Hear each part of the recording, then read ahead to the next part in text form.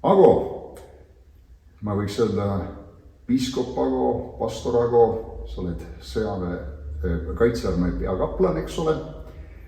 Ma alustaks sellise küsimusega. Mina mäletan esimest pilti sinust, kui me olime Turbas.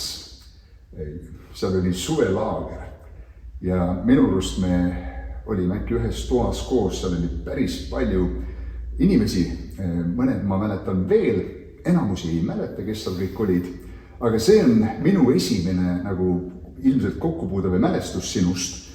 Ma tahaks küsida, et milline on sinu esimene kokkupuude minuga või mälestus minust, kas sa mind mäletad sellest ajast, mina sind sellest ajast mäletan? Ma arvan, et minu mälestus langeb kokku sinuga, jah. Selles mõttes, et see oli ju Eesti kristlik seminar, mis toimus Turba koolis aastal 1992. Ja siis seal oli see Turba kooli internaat, kus meid pandi siis magama. Ja tõenäoliselt kõik need toad olid täis. Ma tõesti ei mäleta väga palju, kuidas see kogu asi oli, aga ma mäletan Jannot ja ma mäletan, et Janno tollel ajal väga usinalt iga päev õppis inglise keelt. Just. Et see on mul nagu väga hästi meeles, nii et sellega sa nagu jäid just mulle silma. Ja muidugi me olime ühes toas, siis ju toimusid igasugused seminaritunnid ja õhtused teenistused ja asjad seal on ja eks me siis olime seal suures saalis kuskil kõik laiali. Ja lisaks meie oma teoloogilised vestlused seal õhtul ja mida päeva lõpetati, kuidas tegelikult asjad on. Kuidas tegelikult asjad on. Nagu ikka, jah. Aga ma tunnen sind Ago EKNK ehk Eesti Kristliku Nelipühi kiriku aegades seega. Seal me ju põhimõtteliselt kohtusime aga ma ei tea väga palju sinu lugu, kuidas sa tegelikult ise jõudsid Eesti Kristlikusse Nelipühi kirikusse. Ma olen poole kõrvaga siit-sealt kuulnud, et sa kasvasid üles kas metodistide perekonnas ehk kristlikus kodus. Tuli sul see ristiusk nagu juba nagu verega kaasa või laste söögiga või, et kus maal sa nagu mäletad ennast uskuvat Jumalasse? No, see on eraldi teema, kus ma avastasin, et ma nagu usun Jumalasse. Aga ütleme selles mõttes see keskkond, kus ma kasvasin, oli ikkagi läbinisti kristlik, nagu ikka täiesti kohe. Täiesti pühendanud. Et perekond, kus ma kasvasin, mul on 3 nooremat õde. Ema jäi meiega koju kogu meie lapsepõlvaja kuni kooli minekulteni ja selles mõttes ema kasvatas meid, isa käis tööl. Ja ma mäletan, et ikkagi meie kodus nagu iga päev pärast hommikusööki mingil hetkel oli siis see palvehetk, kus me kõik olime, põlvitasime diivani või voodi ääres kuskil suuremas toas ja päev algas nagu alati palvega. Täiesti loomulik osa meie elust oli nagu iganädalane kirikus käimine. Lisaks sellele siis kord nädalas oli Metodisti kiriku keskuses laulukoori ajutus, kus siis ema isa laulsid ja meie siis olime seal. Me olime Metodisti kiriku keskuses, seal koridorides Apteegi tänaval jooksime ringi. Nii et minu vanaisa oli Metodisti kiriku, ma julgen tänase mõiste järgi öelda peaadministraator 40 aastat, juhatuse esimees, korraldas koore, korraldas kogu seda kiriku elu. Mu vanem oli seal pearaamatupidaja, ta oli organist koguduses. Tihtilugu kirikus ma istusin vanema kõrval, orelimängija kõrval. Selles mõttes kogu minu lapsepõlv on nagu täiesti läbi imbunud kiriku elust. Ma mäletan, kuidas vanema juures ja vanaisa juures nende tagatoas siis oli koguduse liikmete nimekiri. Ja kas nad näitasid äkki, et seal oli mingi 1200 liiget ja see kogudus oli kasvanud mõnekümne aastaga 150 pealt 1200 peale. Nõukogude aja tingimustes. Ma nägin, ütleme seda aega, kui Metodisti kirikus oli esmaspäevi või teisipäeviti ja neljapäeviti õhtuti jumalateenistused. Inimestele öeldi, et palun minge ära, et järgmised saaksid tulla. Kirikul oli kogu aeg täis. Oli see Oengu ajal? Oengu ja Kuum olid siis peategelased, aga seal oli vendi, nii et lava oli täis. Ütleme nii, et selles mõttes nagu jutlustud oli küll ja küll. Vau, milline nagu keskkond asja siis olla, eks ole. No ilmselt võib-olla sina nii vaimustunud kõigest sellest ei olnud, sa vaatasid, et koosolekud on pikad ja millal siit juba ära saab ja muid põnevaid asju teha, eks ole. Oli sul mingid sellised äravajumisi ka selle usu teemal või keerdkäike või nooremas ajas, seal noorusajas? no selles mõttes ikkagi, mis veel nagu ütleb seda keskkonda, milles ma kasvasin, oli, et ma pole kunagi olnud pioneer, ma pole olnud oktoobrilaps ja ma ei ole kunagi ammugi olnud komnoor. Ehk et pere juba ütles, et sellest nagu... Sellest hoidume ja käidi koolis rääkimas ja selles mõttes mina pärast tundi ei pidanud jääma sinna rivistustele ja igasugustele muudele niisugustele tegemistele. See oli päris julge tegelikult samm tollal, ega see ei olnud ka nii lihtne, seal võisid olla tagajärjed võtta. Ja see ei olnud ka lihtne, ütleme, lapsena nagu eristuda, et siis ikkagi klassikaaslastega tuli nagu juttu, et kuule, mis mõttes nüüd sina ei tule ja ei ole ja nii. Aga ütleme selles mõttes, kui rääkida keerdkäikudes, siis need pigem algasid natukene hiljem, juba teismeeas ja sealt peale nagu, kus ikkagi elu nagu kuidagi viis nagu sinnamaani, et ma nagu hakkasin avastama, et kõik see kuidagi nagu ei paku seda mulle, mis ma tegelikult nagu tahaksin noore inimesena. Kiriku elu tundus igav, see kõik tundus kuidagi uimane, see tundus kõik vanamoodne, vanaaegne ja tasapisi niimoodi ikkagi ma hakkasin nagu vaatama kaugemale ka väljapoole kirikut, et mis siin maailmas siis nagu toimub. Kuigi ütleme, kiriku kestel oli siuke ärkamine, võiks öelda, aga sul olid siis sellised identiteedi võib-olla küsimused ja eksperimenteerida elu natukene ja otsida oma tõde ja... No ja avastada üldse elu. Jah, just. Sest et mina kasvasin kodus, kus televiisorit põhimõtteliselt ei olnud. Raadiost kuulati ainult päeva uudised, siis keerati raadio kinni. Ühesõnaga mitte midagi väljaspool kiriku elu nagu meie kodus ei olnud. Ja see kuidagi tundus nagu nii ükstuine. Jeesus, kogudus ja piibel. Jah, enam-vähem niimoodi, jah. Kindlasti palve oli nagu oluline.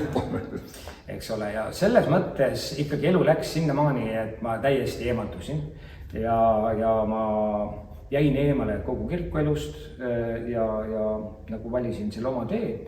Ja see aeg kestis kuskil 5 aastat. Aha, kui vana sa siis olid, kui sa sükse uue nagu pühendumise tegid? No ja siis ütleme nii, et ma olin kuskil 15, kui ma jäin eemale. Ja kui ma tagasi tulin, siis ma olin kuskil 21. Okei. Ja selle ajaga ma olin jõudnud ikkagi nagu natukene näha, mis see elu siis on ja avastada, et jah, et see kõik võib paista nagu ahvatlev, mida nagu elu pakub, aga süda jäi tühjaks. Ja seda ma pidin nagu endale tunnistama ja ma sain aru, et okei, et mul ikkagi midagi ei ole, mida ma tegelikult tahan ja vajan. Ja siis oli niimoodi, et me tegime sõpradega mingisugust erinevat ettevõtlust ja asju ja mida iganes, aga... Tollele kustuti äriks seda. Või kooperatiivid. Ja igal juhul, ja siis ma lõpuks läksin linnast lausa ära, sest et ikkagi ma ei tahtnud sellist elu elada. Läksin vanaisa juurde maale ja läksin Kivi ettevõttesse ja ühel õhtul vanaisa ütleb, et kuule, ma sõidan mingil ajal ühele jumalateenistusele, üks välis-Eesti jutlustaja on, et tule mul autojuhiks. Ma ei tea, kas tal oli tagamõte või ei olnud, aga ma mõtlesin, see tundub nagu päris hea mõte, et ma lähen kaasa, ma lähen vaatama, mis seal toimub. Ja see jumalateenistus toimus Saue mõisas. See oli 91. aasta aprillikuu ja maikuu ja siis me jõuame sinna kohale ja alt teadete tahvlilt ma loen, et täna on siin jumalateenistus, palvetatakse, et inimesed võiksid saada päästetud oma elu Jumalale anda ja tervenemise eest. See pastor, kes seal teenis, oli siis pastor Helmut Rütmik. Välis-Eesti pastor ja peale seda mina taga rohkem kohtunud. Ma kohtusin taga Ameerikas, Floridas, ta tuli meid vaatama 92. aastal. No näed, ma igatsesin taga kohtuda, aga hiljem ei õnnestunud. Ja siis tollel jumalateenistusel tema kuulutas ja kogu teenistuse mina istun taga viimases pingis. Nagu ikka, kui sa tavaliselt lähed esimesena. Ma olin nii, ja mul ikkagi oli piinlik sellepärast, et seal olid minu eelmised pühapäevakoolikaaslased ja nemad laulsid seal ja kõik see tundus niimoodi. Ja mina nüüd loobusin Jumalast ja ei saanud oma eluga hakkama ja nüüd istun siin nagu mingi viimane tolad ja nutan ja piinlik oli. Ja siis ta kutsus ette, et kes tahab oma elu Jumalale anda. No see oli mulle raske. Ja siis ta luges teksti Mattuse evangeelium 10:33. Hiljem olen selle muidugi üles otsinud ja nüüd ma tean täpselt, kus asub. Aga et kes mind salgab inimeste ees, seda mina salgan oma isa ees. Jeesus ütleb sellised sõnad seal ja see kuidagi nagu pani mind liikuma sinna ette. Ja tõenäoliselt ma olin sellel teenistusel ainukene, kes andis oma elu Jumalale. Ta palvetas minuga koos, ma ei mäleta, mida ta palvetas. Ma tõenäoliselt ma ka palvetasin, ma ei mäleta isegi täpselt. See oli väga emotsionaalne, see oli väga sügavalt mind puudutav. Ja tegelikult kogu asi hakkas pihta alles pärast seda.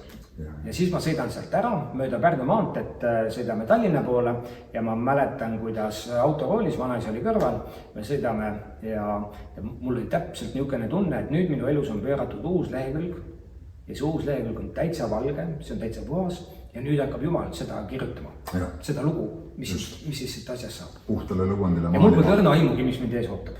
Aga ma olin täiesti nagu korraga nagu teadlik sellest, et enam ei ole asjad samasugused. Täpselt. Ja see rahu, mida ma olin siis otsinud, ma ei olnud leidnud, see oli korraga nii olemas ja ma polnud selleks rohkem muud teinud, kui lihtsalt ütelnud, et ma annan Jumal sulle võimaluse. Ja. Me võime nimetada seda siis taas pühendumiseks või uueks alguseks, olid ju tegelikult usklik Kristusesse, aga nüüd sa tegid sellise uue pühendumiseks. Ma olin tegelikult Oleviste noortelaagris Vikipalus mingil ajal, äkki see oli aastal 1983, ka läinud eestpalvele. Aga sellist muutust, mis nüüd toimus, tegelikult ei toimunud, eks ole. Nii et selles mõttes see, ja mis oli veel huvitav, eelmine õhtu ma olin kodus seal vanaisa juures ja mul oli kuidagi nagu väga mingi sisemine valu tekkis juba mitme päeva jooksul ja kuidagi ma sain aru, et ma ei saa oma elus nii edasi jätkata. Ja siis ma olen oma toas seal ja ma polnud selle 5 aasta jooksul kordagi 6 aasta jooksul Jumalat palunud. Ja siis ma lihtsalt ütlesin, et Jumal, et kui see nüüd oled sina, et sa midagi siin praegu nüüd teed, siis las vanaisa tuleb teisest toast ja lihtsalt palvetab minuga. Ja kui tead, et see juhtus? Ülivõimas. Ja siis järgmine õhtu see muutus, nii et selles mõttes, ja see ei lõppenud, me jõuame õhtul koju ja siis ütleb vanaisa nüüd nii, et nüüd sa oled usklik poiss, et nüüd on nii, et nüüd me ei lähe enam magama, kui me palvetame. Väga õige. Ja ausalt öeldes mul oli selle peale nagu juhe koos, et ma nagu mõtlesin, et armas aeg, et seda kõik on juba päris palju ja kuna ma ikkagi ei olnud üleüldse palvetanud ja ma olin usust ikkagi nagu eemale läinud teadlikult, siis ma kunagi ka nagu ei püüdnud Jumalat appi hüüda, kui mul häda käes oli. Et kui ma ikkagi keerasin talle selja, siis ma nagu ei hakka nagu niimoodi lihtsalt abi küsima, kui ma tegelikult tegelikult teda ei taha, aga tahan midagi saada just. Ja selles võtmes siis tollel õhtul siis oligi nii, vanaisa toas, ma panin ka siis põlved põrandale ja tõesti ma ei osanud mitte midagi öelda, mida ma peaks nüüd palvetama. Mul polnud õrna aimu ka peas. Ja ma olin natuke kimbatuses. Ja sellel momendil, ja see palve mul siiamaani meeles, sest et sellest sai minu elu ja siiamaani on minu elu nagu punane niit või selline punane joon. Läbiv joon kogu minu elus. Ja selles momendis ma ütlesin Jumalale, et ma annan sulle kogu oma elu. Ja last nüüd siit edasi sünnib minu elus, mida sina tahad. Ja see oli peaaegu jooksis mu silme eest läbi mu elu. Mul polnud aimugi, et minust saab pastor või vaimulik. Mul polnud niisugust igatsust, mul olid omad kompleksid. Aga mul peaaegu nagu jooksis silme eest läbi isegi minu tulevane abikaasa, kuigi mul polnud aimugi sellest kõigest. Ühesõnaga see kõik oli hästi ähmane. Aga ma olin andnud oma elu Jumala kätte. Hei sõbrad, ma loen seda suureks auks ja privileegiks, et mul on see võimalus jagada neid vaimulikke mõtteid siin kanalil Karjase Kohv. Ja väike heategu, mida sina omalt poolt saad teha, on vajutada telli nuppu. Ja miks mitte ka like nuppu, kui sul meeldib see, mis me siin kanalil teeme. Suur tänu sulle. Ja selles nii-öelda õhtu palves seal kuidagi nagu sai alguse tegelikult nagu minu elu. Ma isegi julgeks öelda, et see õhtune osa oli veel nagu punkt kõigele sellele, mis ennem oli. Ja, selle koosolekul, just. Aga kui me räägime Jumala kutsest täna koos sinuga siin, siis me teame, et esimene kutse, Jumal kutsub meid või Jeesus kutsus oma jüngrid enda juurde, nad oleksid koos temaga. Aga siis, et ta võiks neid ka välja läkitama, kuulutama, mis on siis, me ütleksime see kutse, võib-olla see töö, missioon, eks ole, teha sinu elu eesmärk. See, mida sa kirjeldasid, näib mulle, eks ole, et see on see, kus Jumal kutsus sind tugevasti enda juurde. Ma mäletan enda elus seda hetke. Aga me võime eristada ka sellist teistsugust Jumala kutset, see töö, tema missiooni järgimine. Mul on sulle üks töö teha. Millal sa tajusid või oli see samal ajal kohe, et Jumal kutsub sind midagi konkreetselt tegema tema kuningriigis. Sa just mainisid, sul oli alaväärsuskompleksid, sa võib-olla isegi ei mõelnud tol hetkel seda, aga mingil hetkel pidi hakkama sulle see selgeks saama, et Jumala kutse on minu elus. Või see võttis pikalt aega. See võttis aastaid. See võttis isegi pärast seda veel aega, kui ma olin juba koguduse töös. Selles võtmes, et minul ei ole olnud kunagi niisugust ambitsiooni, et nagu, või niisugust veendumust, et mina nüüd olen siin see kuulutaja või pastor või keegi vaimulik, et mul niisugust asja ei ole olnud. Pigem on nõnda olnud minu elus, et olukorrad on tekkinud. Esiteks, siis ma olin väikeses maakoguduses Valklas, seal pastor hakkas andma mulle sõna aeg-ajalt ja vast juba iga pühapäev mingi väikene sõna oli. Ju ta märkas midagi sinus? Ju, ma ei tea seda. Ega tollel ajal väga ei olnud kombeks öelda ka, kas keegi midagi märkas või ei märganud. Aga ma mäletan, et ma nädala sees nagu väga palvetasin ja otsisin ja kui ma nagu läksin, siis ma olin ette valmistunud. Ja ma õppisin ühe põhimõtte, et kui ma räägin, siis ma tahan rääkida nii, et ma ise tahaks seda kuulda. Wow. Ilma, et keegi oleks mulle seda õpetanud. Ja siis läksin piiblikooli, see on omaette jutt, aga piiblikooli järgselt tegelikult siis Allan Laur kutsus oma abiliseks Tallinnas Sakala keskuses, oli tollel ajal siis Eesti Kristliku Kiriku kogudus, hiljem Eesti Kristlik Nelipühi kirik. Tallinna kogudus. Just, ja seal ma siis nii-öelda oma esimesed pastori sammud astusin. Need olid üliarglikud, see oli nii suur kogudus. Ma ei tahtnud sinna minna, kui ma aus olen, sest see kõik tundus mulle liiga suur. Ja ma sellega pidin jälle ületama ennast. Ja kui ma seal olin, ma mäletan alguses mul anti ainult lugeda mingisugune piiblitekst, siis selle piibliteksti lugemiseks ma nädala sees palvetasin ja paastusin 2 päeva, et sellel oleks nagu mingisugune mõju. Ja ma olin nagu ülipühendunud, et selles ei ole nagu vastust. Ja ma nagu selles suhtes tegin, mis ma suutsin. Ja siis ühel hetkel mulle anti jutlustada sellest, see läks üksjagu pikalt aega. Aga mul ei olnud sellega üldse probleemi, sest et ma ei tahtnud jutlustada, et mul ei olnud niisugust vajadust. Ja siis ma pidasin esimese jutluse ära, siis pärast Allan Laur ütles, et kui ma sina oleksin, ma päris nii seda ja toda ei ütleks ja niimoodi ja siis ma sain... Andis sulle tagasiside? Andis mulle tagasiside. Aga kuidas ise tundsid selle esimese jutluse suhtes? Sa tundsid, et see oli ebaõnnestunud või kuule päris hästi tuli? Harri Leesment oli tollel teenistusel ja tema oli nii vaimustatud, et vähemalt üks, kui mitte rohkem inimesi tulid eestpalvele, kes andsid siis oma elu Jumalale. Ja tema pidas seda õnnestumise määraks. Ja küsimus ei olnud üldse jutluses, vaid selles, mis on selle tulemus, eks. Ja Allani jaoks võib-olla rohkem see väline kuvand, see eneseväljendus, see, kuidas sa oled inimeste ees, oli tähtsam. Harri jaoks oli tähtis, et inimesed tulevad Jumalale. Tulemus. Mina mäletan oma esimest jutlust, ma pidasin Rapla vabakoguduses. Pastor Indrek Luide oli tollel ajal pastoriks ja Elusõna koguduse pastor kutsus mind kaasa. Aasta oli ilmselt siis 90 ja siis ta ütles, poisid, ma tahan, et teie ka midagi räägite. Ja siis ma ütlesin, ja siis ma ka nagu sarnaselt sinule valmistasin ette ühe jutluse, harjutasin seda kodus peeglis, ilma peeglit, et olla valmisted ja kõik see. Ja kui me siis läksime seda sinna koosolekule ja minu aeg tuli, tead see erinevus, kui sa istud kiriku pingi peal ja tõused püsti, teed need paar sammu sinna kantslisse ja see peab olema megakogudus ja kaamerad ja prožektorid. Aga see tunne oli süke, et mul vaevalt tuli enda nimi meelde rääkimata, tead, mis ma... kuna ma olin nii kõva ettevalmistuse teinud, siis ma midagi rääkisin ära ja ma mäletan, ma istusin tagasi nagu pingi peal, pastor oli seal kõrval. Pastor lõi mulle niimoodi põlvekiht, ütles, et tead, see oli üks parim jutlus, mis ma olen kuulnud.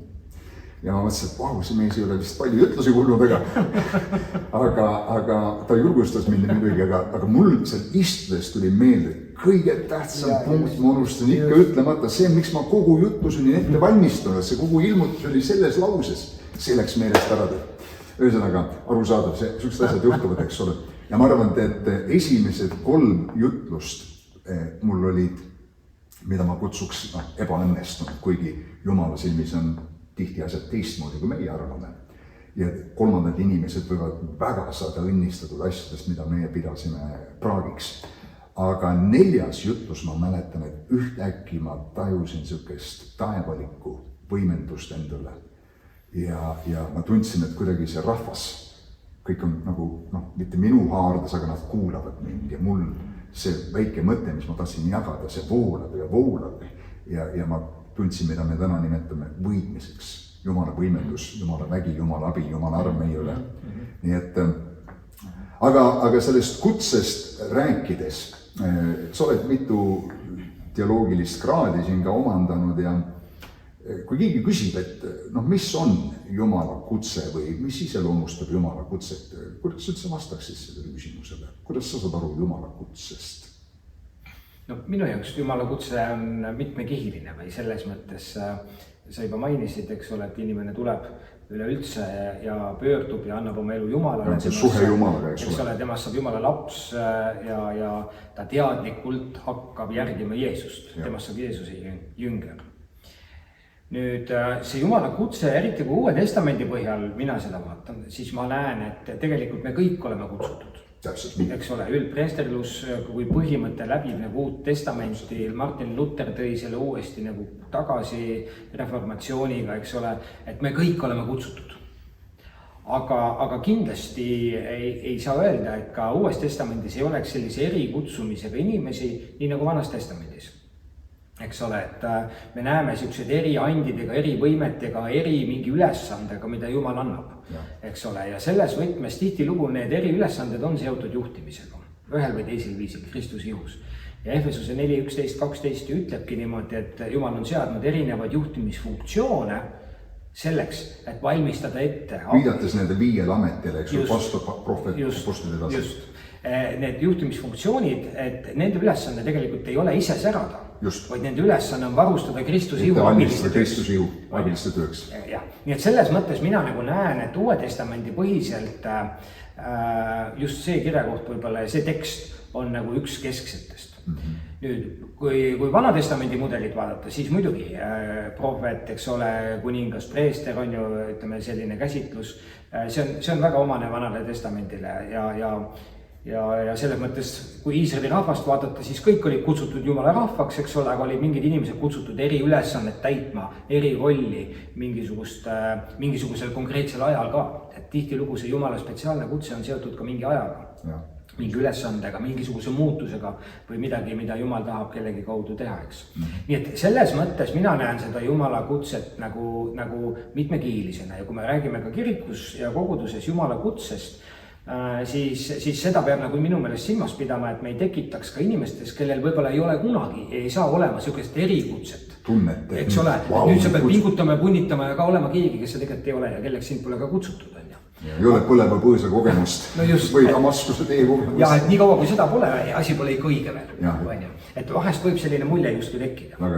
On ju, ja selles mõttes nagu Jumala kutsest rääkides, mina ei ole tajunud, et mul oleks mingisugune erikutse. Küll, aga ma olen püüdnud nagu olla avatud nendele momentidele oma elus, kus ma olen tajunud kutset mingisugusesse rolli astuda või mingit ülesannet täita. Eks ole, ja kui siis Allan Laur mind kutsus, sinna ma läksin ja peale seda võib-olla see esimene suur muutus nagu oligi, kui ma olin ajateenistuses ka ära käinud ja ma tundsin sellist väga suurt tõmmet minna Kaitseväe kaplaniks.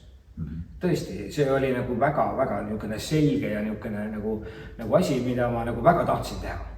Ja siis Allan Laur ütles, et mulle üldse see ei meeldi, aga ma tunnen, et see on õige. Ja ta oleks väga tahtnud, et ma temaga koos nagu edasi lähen seal koguduse töös ja kõik nii. Ja selles võtmes see kaplani töö ja tegevus on minu elu kujundanud nagu märkimisväärselt. Ja ma pean ütlema, et tegelikult ma ei ole üldse mingi klassikaline sõjamees. Et mulle meeldiks relvad ja mulle meeldiks nagu paugutada kuskil või niimoodi, et pigem olen nendes asjades kehva. Aga ometigi mul on nagu tohutu siuke sisemine nagu armastus, ma julgen nii väita, nende inimeste vastu, kes vormi kannavad ja kes on valmis Eesti iseseisvuse eest seisma, oma eluga riskima ja see tähendab mulle väga palju. Me jõuame kindlasti selle juurde ka, sest sinu elu puhul minust on väga huvitav see, ma ei taha kasutada sõna pendeldamine, aga nagu ühes ja siis jälle teises, aga selles mõttes, kuidas Jumal on seda sinu elus teinud. Aga enne kui me sinna jõuame veel kutsumisest rääkides, kas iseloomustab midagi erilist ka neid inimesi, keda Jumal kutsub? Me teame, et jüngrid, keda Jeesus kutsus, ei olnud seal lihtsalt kuskil pargipingil aega veetmas, ootamas, et mis saab. Nad toimetasid oma asjade kallal, apostol Paulus, vastupidiselt muidugi sellele, mis ta hiljem tegi, hoopis kiusas taga, aga väga aktiivselt kogudust ja kas mõnigi südamehoiak või selline vaimulik nälg, igatsus, kas on midagi, mida meie ka teeme või panustame üldse selles osas või mis iseloomustab neid inimesi, keda Jumal kutsub? Me räägime võib-olla natuke rohkem siin praegu sellisest nagu erikutsumisest. Üks asi, mis nagu mulle tähendab nagu väga palju ja mis ma leian, et ka Uue Testamendi põhjal on nagu väga selge. Isegi Vanast Testamendis tuleb seda esile, aga see on järjepidevus. See tähendab, et sa oled kellegi käe all, sa töötad kellegiga koos ja sa jätkad tema tööd. Täpselt nii.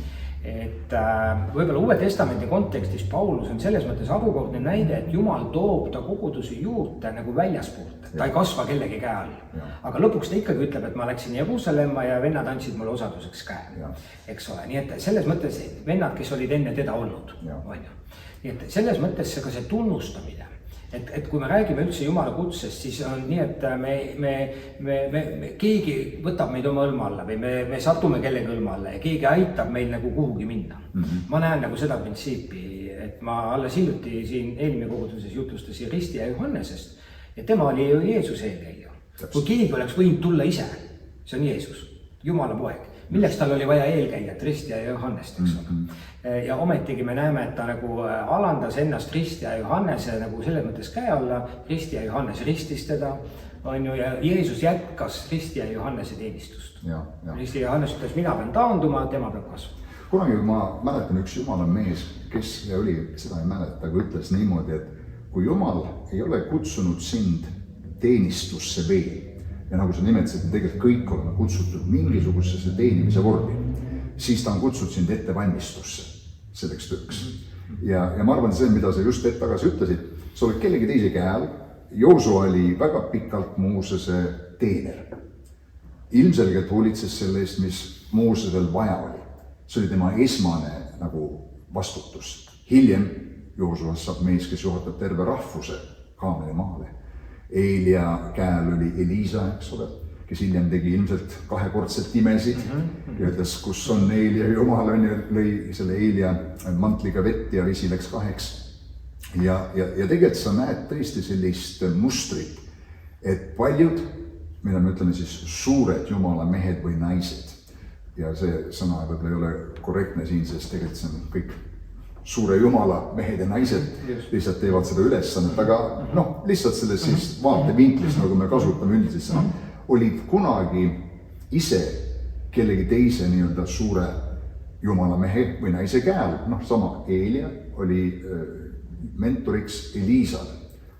Salomoni andis Taavet Naatani käe alla. Ja seal Jumala kartlikus atmosfääris siis ta kasvas ja pole ime, et Salomon ütles, et Jumala kartus on tarkuse algus, ta oli selles keskkonnas seal. Timoteos oli Pauluse üks sükene vaimulik poeg. Ilmselt Markus oli seal ja seal oli teisi, Onesimus ja kes veel iganes, eks ole. Nii et seda printsiipi tegelikult me näeme pühakirjas päris palju. Et sa kõigepealt õpid, valmistud, kasvad ja siis nagu Abraham Lincoln ütles, et ma valmistun ja küll minu võimalus tuleb, eks ole. Ja see on õieti, mis mina tegin ka. Ma tundsin oma südames Jumala kutset. Ma ei osanud seda kuidagi kirjeldada, et pastor, ma ei osanud seda panna sellist terminit sinna. Ma tundsin, ma tahan Jumala jaoks teha midagi, mis iganes seda ei oleks. Ja ma tajusin ka kuskil oma sisemuses, et ja tegelikult olla päris aus. Kui esimene teenistus ma olin Elusana koguduses Pärnus, minu esimene kirikuskäik üldse, sama õhtu ma sain kristlaseks, siis mitmed jutlustajad tulid sinna üles, et tollal oli selline komme, et kellel oli mingi sõnum, siis tuli ja jagas selle 10-15 minutit ja siis üks vend, noor vend seal, Marek, läks üles kõnelema ja vot sellel ajal, kui ta kõneles, ma tundsin enda sees sukest mõtet, et Janno, ühel päeval sa teed seda, mida tema seal teeb. Nüüd ma ei oskan selle panna nagu võrdusmärk jutlustaja, pastor või mingisugune vaimulik töö, aga hiljem see kujunes niimoodi, aga ma hakkasin uurima hoolega Jumala sõna, ma käisin igal koosolekul, ma valmistusin. Nii ilmselgelt jah, et selleks, et Jumal meid kasutaks, see kõige parem samm, mida me saame ise teha omalt poolt on hakka valmistuma, eks ole. Panusta endasse, lase endasse investeerida vaimulikult ja siis Jumalal on mida kasutada. Nüüd sinu puhul oli see seal Sakala keskuses pastor Allan Lauri käe all see vaimulik osa ja töö. Nüüd ühtäkki, tegelikult sa oled ju suurepärases situatsioonis seal, ma mõtlen olla Allani käe all, igaüks oleks tahtnud olla seal, aga ühtäkki siis toimub selline käiguvahetus sinu elus ja sa lähed kaitseväkke. Mis siis juhtus? Kas sa teadsid seda juba algusest peale või nüüd Jumal, ütleme, muutis sinu kutset? Sa olid seal ju tegelikult abipastor, Allan nägi sinus pastorit, võib-olla sa vaikselt hakkasid ise ka mõtlema, et siin võiks midagi olla, aga kuidas sa tajusid, et nüüd on hoopis teine muutus siin? Oli see varem, oli see protsess või kuidas see toimus? Ma kindlasti ei mõelnud, et minust võiks saada pastor. Okay. Sellist võttepoega isegi ma olin tulnud teha. Et sellest ma nagu olin väga kaugel. Aga selles võtmes, eks ma olen püüdnud nende käikudega või selle käiguga konkreetselt ka siis kaplaniks mineku käiguga nagu järgida seda, mida ma nagu oma südames tunnen. Kahtlemata ma ei taha kuidagi teha seda oma pead, eks ole, ja ilma Allan Lauri õnnistuseta ma ei oleks seda saanud ikkagi teha, mitte kuidagi. Aga ma katkestan, sa selgelt tundsid, et Jumal kutsub sind sinna liini tööle. No see oli, ma ei oska seda veel rohkem ütelda, kui selge see oli. See oli nagu väga selge, pluss minu naine, tollel hetkel juba me olime abiellunud, tema toetas selles ka mind. Tema ütles, et tema on aastakümneid palvetanud meeste eest üldse Eestis. Ja selles suhtes... Sest kõrvaltseisja jaoks võib-olla, ütleme, tundub pigem nii. Ago, tõeline pastori materjal, pastori kutse, teeb ka seda tööd ja nüüd äkitselt kaitseväkke. Mida märkida? Laseb jalga sealt. Et see kõrvalt tundus sobi seda. Ma täitsa kindel, sest et mitme mu piiblikooli kaaslased oleks ise tahtnud olla seal pastorid. Ja hoopis mina olin seal. Ja selles mõttes, kuna mina ei olnud käinud Nõukogude Liidu armees, ma pidin käima ajateenistuses. Ma läksin 25-aastaselt ajateenistusse. Allan Laur oli täiesti selle vastu, ta võitles selle vastu igal poliitilisel tasandil, et Ago Lilleorg ei läheks kaitseväeteenistusse ja 1994, 30. september, mina maandun Tapa sõjaväelinnakus ja alustan oma ajateenistust. Ja siis oli detsembris noorsõdurite õnnistamine, tollel ajal kaplanid ei olnud, aga kuidagi mulle tuli niisugune idee, rääkisin ülemaga, Allan Laur tuli, pidas sõduritele palvusi seal. Nii et selles mõttes Allan oli igati kaasas, ta toetas, kuigi ta ei meeldinud see, et sa tema käe... Tema kõrval ei ole. Jah, just, tugileks ära. Just. Ja ta nägi sinus potentsiaali. Ta nägi, sest et hiljem juba ka ta saatis mulle ju mitu ametliku plangi peal kutsed tule pastoriks. Ja mina ütlesin talle siis nende kaitseväeaegade jooksul, et kui sa käisid, ma olen platsis. Kui sa palud või nii-öelda kutsud, siis mu vastus on praegu tei. Vau, päris huvitav. Muuseas, minu pastoriks saamine Pärnu 4 pühakoguduses oli väga sarnane. Eino Veensalu kirjutas mulle nii palju kordi, et ma näen sinus pastorit ja õnnistame sind siia pastoriks. Ja mina mõtlesin, et ma ei taha seda kogudust, see ei ole päris selline, mul meeldib siin teenida, sest mulle antakse võimalus minu andi kasutada, ma tunnen, et ma olen vajalik. Aga ütleme selle koguduse selline natuur ja niimoodi. Ja siis ta ütles, mina jään sind veel toetama, siis ma ütlesin, et see veel puudus, et ta hakkab susima mind selja taga, et ära nüüd nii tee, ära sedasi korralda asju, ei ära nii. Siis ma ütlesin, et see piiratus ja kõik see. Nii et, aga ta tuletas mul meelde, ma läksin Ameerikasse tegelikult õppima vangla kaplani teemat. Ja Frank Konstantino viis hulga noori sinna, siis olime seal. Nii et sealgi saatis ühe kirja mulle, et ja praegu issand ütleb mulle, et sinu töö on kogudus, siis ma tulin tagasi. ja siis ta hakkas jälle mind seal moosima ja mõtlesin, et ma pean ikka palvetama selle asja pärast ja samal ajal pakuti mulle ühte väga ihaldusväärset pastori kohta Haapsalus. Ja ma läksin sinna Haapsalu, et palvetada selle kõige asja üle ja seal Jumal andis mulle selguse, Pärnu on sinu koht, et nii et lõpuks läks ikkagi nii, aga mul oli oma võitlused selle asja juures, nii et. Aga kuidas see Jumala kutse hakkas nüüd hargnema lahti seal kaitseväes, et mida sa tundsid, et Jumal läkitas sind sinna ära tegema? Miks ta sind sinna kutsus? No, ma olin just lõpetanud ajateenistuse ja selles mõttes selle aja jooksul ka mulle sai nagu selgeks, et sõduritel on vaja midagi või kedagi, kes neid toetab, sest nad on väljaspool oma tavalist konteksti. Ja selles suhtes, kui siis seda võimalust pakuti jälle, kuidas mind üles otsiti, need on täitsa imelood kõik, kuidas ma lõpuks sinna üldse jõudsin. Aga kas tollal oli juba see kaplanaat olemas? Eks oli seda arusaama veel ju ei olnud? Ei, seda ei olnud. Ma tahtsin öelda, et see oli täitsa nagu vao lahti kündmine seal. See oli vao lahti kündmine ja ma pean siiralt ütlema, et ikkagi minu kõige suurem eeskuju oli Allan Laur. Mina olen üldiselt sellist tüüpi inimene, et ilma, et keegi mul oleks öelnud, aga mul on 91. aastast, kui minu elu muutus, mul on sellest ajast märkmed lehtede peal, hiljem märkmikutes, kõik jutluste konspektid, mis ma olen kuulnud. Kõik Sakala keskuses Allan Laur, Märt Vähi ja Agel Eesment ja ma võtsin Allani jutlused lahti. Õppisin nendest, vaatasin ja kasutasin, mida ma sain. Nii et ma puhtalt läksin nagu selle pealt, kes tema oli. Ja see, kuidas tema inimestega suhtles, ma polnud sihukest asja enne näinud. See oli nagu täielik nagu tase.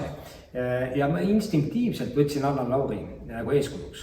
Nii et kui ma olin Allani juures olnud võib-olla 6 aega, ma olin suveseminaris 93 pärast piiblikooli lõppu juba õnnistatud pastoriks, siis hakati mind narrima, et sa käid nagu Allan Laur siin ringi, sest et mul oli lips ees ja pintsak seljas ja jalutasin ringi ja nüüd oled Allan Laur siin ja niimoodi.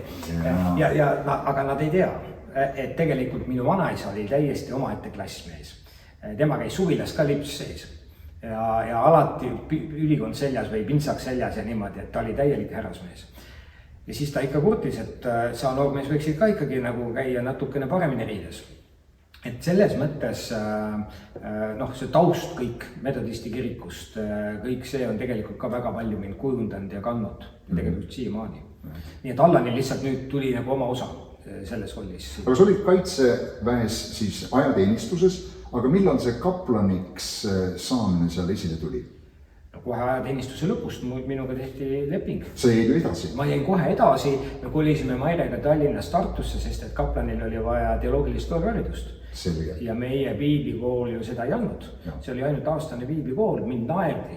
Sa ei kõlba üldse, sa pole mingi pastor, kui ma olin selles värbamiskeskuses. Nii et ma sain paraja peavisu, et mis pastoriks ennast nimetad, et sul pole korralik haridust. Nii et selles mõttes siis mul tuli minna õppima. Ja tollel hetkel see akrediteeritud õppeasutus peale Usuteaduse Instituudi Tallinnas oli siis Tartus kõrgem usuteaduslik seminar. Ja see tundus nagu koht, kuhu võiks siis minna. Nii et me kolisime Mairega Tartusse, me täiesti tundsime seda oma nagu südames, et see on see õige samm teha. Ja siis 10 aastat ma olingi Tartus. Ja sellel ajal sa olid siis Tartu EKNK koguduses ka osa, eks ole? Ma olin sellest osa, see ei olnud isegi minu algne plaan, aga lõpuks jah, ma aitasin seal koguduses erinevatel viisidel kaasa. Ma mäletan, et jutlustajate päevad olid meil üle kuu Surupis. Ja siis kohtusime ju pastoritega üle Eesti niimoodi. Ma mäletan, et Ago nagu kadus ära nagu plaanist mõneks ajaks. No selge on see, et see kaitseväes olemine, eks ole, ajateenistuses olemine võtab, et sa oled pildist maas. Ja siis kaplaniks olemine, teoloogia õppimine, kõik see. Ja siis ühel hetkel ma mäletan, sa tulid ja jutlustasid seal, isegi mul on meeles, see oli see Maarja ja Marta lugu, see oli üks oma käsitlus sellest ja see oli väga-väga huvitav. Ja siis ma võib-olla esimest korda üldse kuulsin sind ka kõnelemas. Aga ega sa väga sagedasti sinna pilti veel ei tulnud sellel hetkel. Aga ühel hetkel ju Tartus sai ka sinust koguduse pastor. Millal see siis oli? No, eelmise pastoriga tekkisid väljakutsed ja siis oli Harri Leesment Tartus, elas 2 aastat. Nii et ma olin lisaks Allani nii-öelda käe all olemisele, ma olin 2 aastat Harri käe all Tartus. Wow. Ja ikkagi see Harri mõju minu elus oli väga suur, me suhtlesime väga palju. Ta tuli mulle külla, meile külla, me käisime nendel külas, see suhtlemine oli tohutult intensiivne, nii kui Harri Tartust ära kolis, Austraaliasse tagasi läks, siis oma nagu põhimaterjalit andis kõik mulle, pärandas. Nii et selles mõttes ma sain nagu Harrist ka väga palju õppida ja näha ja kuulda ja kuidas ta mõtleb ja mis ta mõtleb ja kõik see noorte kristlaste teema ja nii. Ja siis sai tõesti minust mingiks ajaks seal ka koguduse pastor. Paralleelselt kaplaniks olemisega? Ja teoloogia õpingutega, sest et ma läksin edasi, ma läksin magistrisse kohe edasi. 3 suurt asja? Jah, see on tavaline. Jah, see on tavaline, just. Aga kuidas sa siis lepitasid seda, et seda aega, mis sa andsid kaitseväes ja koguduses ja nii edasi, et see võttis sul päris suure mahvi välja? Ei olnud hullu, ma peaks ütlema, et tegelikult läks päris hästi. Et ma arvan, et jah, loomulikult see kogudus ei olnud nii suur, et seal teha nagu täisajaga tööd esiteks. Et ikkagi minu põhitöö oli kaitseväes ja siis nädalavahetused ja õhtud läksid koguduse töö peale ja see läks meil ka hiiglema hästi. Meil oli uus inimesi ja asi nagu läks väga toredasti. Ja, ma pean küsima selle küsimuse vahepeal, et kaplaniks minnes sa tulid pastori positsioonist, kuigi sa ei olnud nüüd veel see peapastor, aga olid abipastor, Tallinnast tulid. Ja hiljem kaplanist nagu nüüd Tartu koguduse pastoriks. Millised õppetunnid sa võtsid sealt pastoriks olemisest kaasa kaplanaati ja pärast kaplanina töötades kogudusse? Kas sul oli mingeid asju, mida sa ütlesid, et seda ma õppisin seal? No ma arvan, et esimeseks asjaks, ma juba seda ka mainisin, aga ikkagi koguduses puhtalt Allani isik oli nagu minu jaoks nagu see eeskuju, mille järgi ma hakkasin nagu kaplani töös minema üldse edasi. Muud eeskuju mul ei olnud. See räägib siis, kuidas sa kohtsid inimesi või mis see täpselt kajastab see Allani eeskuju? Väga raske ise öeldagi. Osa asju ma teen elus instinktiivselt ja ma nagu ei teagi täpselt. Nüüd tagasi järgi mõeldes paistab, et see niimoodi oli, jah. Kindlasti rohkem kui üks asi, aga... Kindlasti rohkem kui üks, aga ütleme niimoodi, et ka selline mõistlik meel, näiteks mida ma avastasin väga kiiresti kaitseväes, ja mida mõnigi kaitseväelane mulle ka hiljem on öelnud, et alguses sa tulid siia, sa olid vaimustatud ja kõik lihtsalt teeme ja kütame, eks ole, ja siis mingil hetkel paistis, et natukene rahuneb maha ja juba on nagu mõistlikum mees. Ühesõnaga, mida ma sain aru? Ma sain aru, et ka keskkonnas väljaspool kirikut ja kogudust me peame olema mõistlikud, kuidas me oma elu elame, kuidas me ka oma usuelu elame. Et me ei saa nagu üle doseerida, vastasel korral me lihtsalt... Ainult vaimus käia. Mida iganes me siis seda all mõtleme või kuidas me seda väljendame, eks ju, aga mõte on just selles, et me ei saa üle doseerida, sest et vastasel korral see hakkab töötama nagu meie vastu. Ja ma nägin sellise kaplanid ka kaitseväes, kes ei pidanud kaua vastu. Lihtsalt sellepärast, et kui sa oled nagu samas keskkonnas samade inimestega, siis esimene asi lihtsalt sa pead olema mõistlik. Jah. Väga hea punkt, sellepärast, et ju Piibel ütleb, et Jumal on andnud meile mõistliku meele vaimu, eks ole. Ja muuseas Peter J. Daniels, kes on Eestis siin kunagi käinud, ütles oma naisele naljatlades, et kallis, kui ma kunagi peaks vajama aju siirdamist, siis palun tee kindlaks, et ma saaks omale kindlasti kristlase aju. Sest seda pole varem palju kasutatud. See on nagu tüttuus, eks ole, sest kristlased ainult käivad vaimu maailmas ringi. Aga kui Jumal on andnud meile mõistliku meele ja võime aru saada asjadest ja Piibel ütleb, et Jumal on valmistanud mõistusega taevad. Ehk sa vajad ka mõistust kasutada, et mõista, mis toimub seal, eks ole, sa võtad mõistust, et mõista, mis toimub mikromaailmas, kvantmaailmas, nii edasi, eks ole. Nii et võib-olla teinekord kristlastena me oleme pannud selle suure rõhuasetuse ainult vaimsetele asjadele, mitte mõistnud, et me oleme tegelikult füüsiline olend, me oleme hing, ehk see oleb meie mõistus ja edasi, eks ole. Aga mida sa võtsid kaasa sealt siis kaplaniks olemise ajast, kuigi sa jätkasid sellega koguduse teenimisse, sest sinust sai nüüd tegelikult ju Tartu koguduse pastor lõppeks? Lõppeks tõesti see niimoodi oli, jah, mingi 4 või 5 aastat ikkagi, jah, oli see aeg. No tegelikult see käis ju paralleelselt, eks ole, ja selles mõttes ega väikses kohas ikkagi ka suhted. et mida ma avastasin, et ma tõesti avastasin, et kui me Mairega käime Tartus linna peal poes, meil ei olnud sisuliselt peaaegu ühtegi poeskäiku, kus mina ei jäänud kellegiga riiuli vahet rääkima. Mitte ainult ei ütelnud tere, aga me jäimegi rääkima, sest et lihtsalt nii palju tekkis kontakte. Eks ole, ja jälle kuskil ta pidi mind ootama või midagi sellist, eks ju. Et ma avastasin, et tegelikult suhtlemine on nagu hästi oluline. Ja ka selline initsiatiivi võtmine. Mina olen kasvanud kristlikus keskkonnas, kus üks isa lemmik piiblisalme oli hoidke madaluse poole. Ja seda me saime nagu niimoodi hommikust õhtuni kogu aeg, hoidke madaluse poole, hoidke madaluse poole. Väga hea, see on hea salm. See on hea salm, sama hea kui kõik teised salmid. Aga mõte nagu selles, et tegelikult oma loomuselt ma pigem olen olnud pelglik, pigem tagasihoidlik, pigem selline eemalt vaatlev, ma ei trügi kuskile ise. Ma lähen ainult siis uksest sisse, kui mind kutsutakse, kui mind ei kutsuta, siis ma pigem olen eemal. Et selles mõttes ma avastasin, et kaplanina ma ei saa jääda ootama, et keegi tuleb minu juurde. Et tegelikult mina pean olema see, kes esimese sammu teeb, eks. Tunneb huvi inimeste vastu, loob keskkonna. Ja selles mõttes, eks see on üks oluline printsiip, mida ma olen hiljem nagu avastanud, et tegelikult see on koguduselus ka nagu hästi oluline. Absoluutselt. Eks ole, et pastor tunneb koguduse inimeste vastu huvi, ta tunneb nende käega vastu huvi, inimene tunneb, et ta on tähele pandud ja kõik see pool. Suhtlemine, muidugi kaitseväes ja ütleme militaarstruktuuris on niisugune struktuurne mõtlemine, eks ole, ja ma olen avastanud kõigi need aastate jooksul, et see on mulle tegelikult väga omane. Ma mõtlen struktuurselt ja see kaitseväes olemine on seda kõike toetanud. Kõik on süsteemis, et ei ole niimoodi, et asjad on kõik kuidagi pilla-valla ja teeme lihtsalt, mis pähe kellelgi tuleb. Aga selles mõttes on struktuur ja on süsteemsus. Ja selles mõttes, eks see on ka, mida ma olen ikkagi kaitseväest kindlasti kogudus ühel või teisel viisil siis toonud. Ja. Nüüd sinu kutsumine viis siis sind kaplaniks olemisest pastori ameti juurde ja sa tegid seda mõnda aega paralleelselt. Kui me räägime Jumala kutsest täna siin, siis kas Jumala kutse järgimisega käivad teinekord kaasas ka katsumused, kannatused? Kas on su elus olnud asju, millest sa oled pidanud loobuma selleks, et järgida Jumala kutset?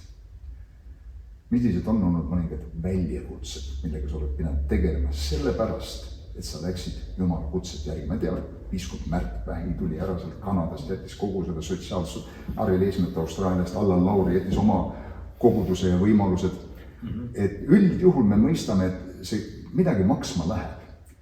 Muidugi see, mida sa võidad, on nii palju enam, aga et sellel on ka mingisugune hind. Millised väljakutsed olid sinu tee peal või mis kannatustes sa oled pidanud selle tõttu läbi minema? Ega selles mõttes, kui niimoodi nagu mõelda, ma ei julgegi öelda, et mul oleks olnud mingeid tohutuid kannatusi. Võib-olla isegi esmalt ma ütleks hoopis niipidi, et kõik see, kuhu ma tänaseks olen oma eluga nagu jõudnud ja mis ma teen ja mis ma olen teinud siiamaani. Ma võiks praegusel hetkel nagu pikali kukkuda ja ära surra ja see elu on olnud 10 korda, 100 korda suurem, kui ma olen osanud elu sees mõelda. Wow. Et ikkagi see minu vaade ka noores peast minu elule nagu oli väga väike ja ma ei oodanud nagu elult palju. Aga fakt, et Jumal kutsub sind midagi tegema, ei ole ju iseenesest garantii, et asjad lähevad kergesti. Ei ole. Kahtlemata mitte. Kui nüüd nagu mõelda, et millised on olnud sellised võib-olla rasked momendid selles Jumala teenimise töös ja tegevuses nagu üle aastate, eks neid on olnud. Ja ega peamiselt ikkagi võib-olla keerulisemad kohad ongi inimestega koostöötamine koguduses, kes ühelt poolt on nagu vastus ja lahendus oma indide tegemisega, aga teiselt poolt see on ka väljakutse. Ja eriti kui nendega koos tulevad siis mingid probleemid. Et ikkagi esimesed võib-olla sellised suuremad probleemid olid minu jaoks Tartus, kui eelmise pastoriga nagu asjad läksid nagu väga halvasti. Ja see oli väga raske kogudusele. Ma julgen öelda, pool kogudust lahkus. Sa pidid navigeerima kogudust läbi selles keerulisest ja siis sattusin mina sinna ja Harri Leesment ühel juhatuse koosolekul ütleb, et nüüd ei jää muud üle, et sa pead võtma selle asja. Olid sa valmis selleks? mina ei tea ei tea, ma ei mõelnud selle. sul lükati saapad jalga. Põhimõtteliselt niimoodi see lihtsalt sattus. Ja ma ei ütle, et kohe sellel hetkel jaa, sest et mu põhitöö oli ikkagi mujal. Ja põhjus, miks ma olin Tartus, oli ka mujal. Et see oli päris suur niisugune samm seda teha. Aga sellel hetkel tundus, et kui ma saan nagu aidata natukene kaasa, siis ma seda teen. Kuigi tollel ajal tegelikult, ütleme, ma tegin seda mitte ametlikult. Tollel ajal tegelikult kaplan oli põhikohaga kaitseväes, mingisugust muud asja ei tohti kõrvalt olla. Nii et ma tegin seda täitsa vabast tahtest ja kõige muu nagu kõrvalt. Et selles mõttes ma püüdsin ja hoidsin seda joont nagu hästi selge ja siiamaani hoian. Nii et ja see oli keeruline aeg. Kuni sinnamaani, et me juhatuse koosolekul pidime nagu arutama seda, et kuidas me siit nagu siis nüüd edasi läheme, millised on nagu meie, kuna need probleemid olid seotud ka alkoholiga, siis me pidime otsustama, kuidas nüüd me selle asjaga siin sise suhestume, millised on nagu meie hoiakud, mida me võiksime öelda kogudusele nagu ka sõnumina, eks ole, ja kuidas me seda kõike nagu siis, kuidas me koos hoiame karja. Ja see ei olnud lihtne. Sest et eelmisel pastoril oli oma nii-öelda fännklubi, kuni võib öelda, inimesed, kes tema järgi läksid, mina olin mingi tallinlane, pealinnast tulnud nolk, ikkagi ütleme siis nii veel sellel ajal on ju ja noh, ma arvan, et üldiselt meil läks hästi, eks ole, aga lihtsalt see võttis natukene aega. Ja ütleme, niisugused ongi need võib-olla väljakutsed, mida pastoritena me kogeme, mida inimesed tihti ei näe ja kannatused, eks ole, katsumused, kus sa töötad asjade kallal, sa töötad inimeste kallal, inimesed lähevad lihtsalt minema, sa ootad, et midagi juhtuks ja siis sa pead jälle otsast pihta hakkama, vahest nõustad ja aitad kedagi seal aastaid ja siis mingil hetkel ta hoopis pöördub su vastu ja on linna peal kõik räägid sinust paha ja tihti seda nagu eesriide taha, seda, mis vaimulik kutse ja Jumala tahte järgimine kaasa toob, seda ei nähta, nagu Peetrus ütles, et me oleme loobunud nendest ja nendest asjadest, et see ei tulnud lihtsalt muuseas, see ei ole lihtsalt suur au, lava peal säramine, prožektorid su näos, ma ei tea, mis kõik, eks ole, vaid selles on väga palju sellist higi, vaeva, pisaraid, Jumales olemist ja kõike muud. Et ma mäletan ka vähemalt ühte korda, kui ma käisin, isegi võib-olla kahte, kui sa kutsusid mind Tartusse kõnelema selle ajal, kui sa olid pastoriks. Ja eriti mul on meeles ka üks kord, kui me tegime meeste koosoleku veel õhtupoole, oli niisugune jumalateenistuspäeval, siis ma mäletan, olime sinu pool, sõime lõunat, mäletan, et vaatasime vormelivõistlust koos, tegime midagi nii vaimulikku asja vahepeal. Kui mõni tahab teada, et kuidas pastor valmistab õhtuseks koosolekust, vaatab vormeli etappi. See oli minu jaoks tavaline, pühapäeviti Tartus pärast teenistus, ma läksin koju ja ma vaatasin vormel 1. Jah, sa rääkisid sellest just. Ja ma mäletan, et see oli väga eriline ka meeste õhtu seal ja niimoodi. Aga ühel hetkel siis toimus midagi, mida sa ilmselgelt ei olnud ette näinud või mõelnud enda osas, et Allan Laur, kes haigestus ja meditsiinilisest võtmest vaadatuna oli ta terminaalselt, fataalselt haige. Jumala imerast ei saanud päästa, eks ole. Aga ta lahkus igavikku. Ennem seda ta kutsus sind siis Tallinnasse võtma tema rolli üle. Nüüd kunagi varem sa olid läinud ära tema käe alt, läinud Tartusse, läinud Tapale. Ilmselgelt Allan ootas, et sa oleks jäänud, aga nüüd ta esitas selle kutse uuesti sulle. Seekord sa võtsid selle vastu kiiresti, eks ole nii? See oli peaaegu momentaalne isegi, sest et ma ju teadsin Allani soovi ja nüüd selle olukorra tõttu, mis oli tekkinud, ma ei näinud mingit põhjust, et ma saan öelda ei, mul ei olnud põhjust. Absoluutselt. Eks ole, inimene, kellel võib-olla pole pikalt enam olla, see on tema üks põhisoov minu suunas olnud, eks ole. See on nagu suri ja viimane soov võime niimoodi välja. Minu suunal, eks ole. Sinu suunas täpselt. Igasuguseid muid asju ju on ka peale minu. Aga selles mõttes tõesti, ta helistas mulle, kui ta tuli doktori juurest autost, ütles, et Rael istub roolis, ma istun tema kõrval, sõidame koju ja doktor ütles, et diagnoos on selline. Ja siis ma ütlesin kohe, et ma tulen sinu juurde ja eks me siis räägime. Ja siis ma mäletan täpselt, me puhkasime Mairega maal Valklas. Ja siis ma ütlesin Mairele, et nüüd on niisugune lugu. Maire ütles, et mis iganes otsustad, nii teeme. Kas sa ütlesid Allanile ka, et mida sa iganes nüüd vajad, et ma teeks, ma olen valmis seda tegema või tuli kohe temalt see ettepanek või kuidas koorus see?